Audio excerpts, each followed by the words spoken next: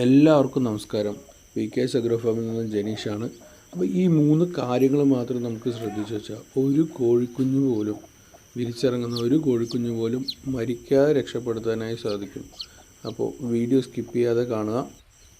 മെഡിസിൻ്റെ കാര്യവും മെയിനായിട്ട് നമ്മൾ പറയുന്നുണ്ട്. അപ്പോൾ എന്തായാലും നമുക്ക് വീഡിയോയിലോട്ട് പോകാം. ഫസ്റ്റ് കോഴിക്കുഞ്ഞ് നമ്മൾ വിരിച്ചിറങ്ങിയെന്ന് വെച്ച് കഴിഞ്ഞാൽ ശ്രദ്ധിക്കേണ്ട കാര്യം, അതായത് കോഴിക്കുഞ്ഞ് ഒരേ സമയം എല്ലാ മുട്ടകളും വിരിയണമെന്നില്ല. ചിലപ്പോൾ ഒരു മുട്ട 2 മുട്ടയൊക്കെ വിരിക്കാതെ കിടക്കും.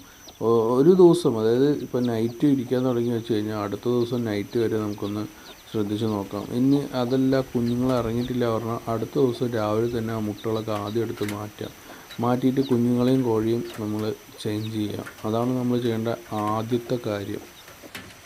രണ്ടാമത്തെ കാര്യം എന്ന് പറഞ്ഞു കഴിഞ്ഞാൽ, വിരിച്ചിറങ്ങിക്കഴിഞ്ഞാൽ കുഞ്ഞിന് ആദ്യം കൊടുക്കേണ്ടത് പഞ്ചസാര വെള്ളമാണ്.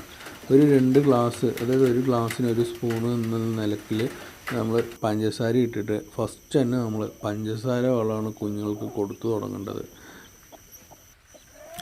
ഇനി മൂന്നാമത്തെ കാര്യം എന്ന് പറയുന്നത് അതായത് 2 വാക്സിൻ മീൻസ് ഒന്നുമില്ല, ഒരു ഐ ഡ്രോപ്സും ഒരു വാക്സിനുമാണ്.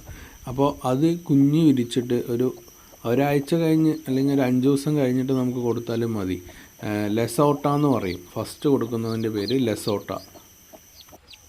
അത് ഐ ഡ്രോപ്സ് ആണ്.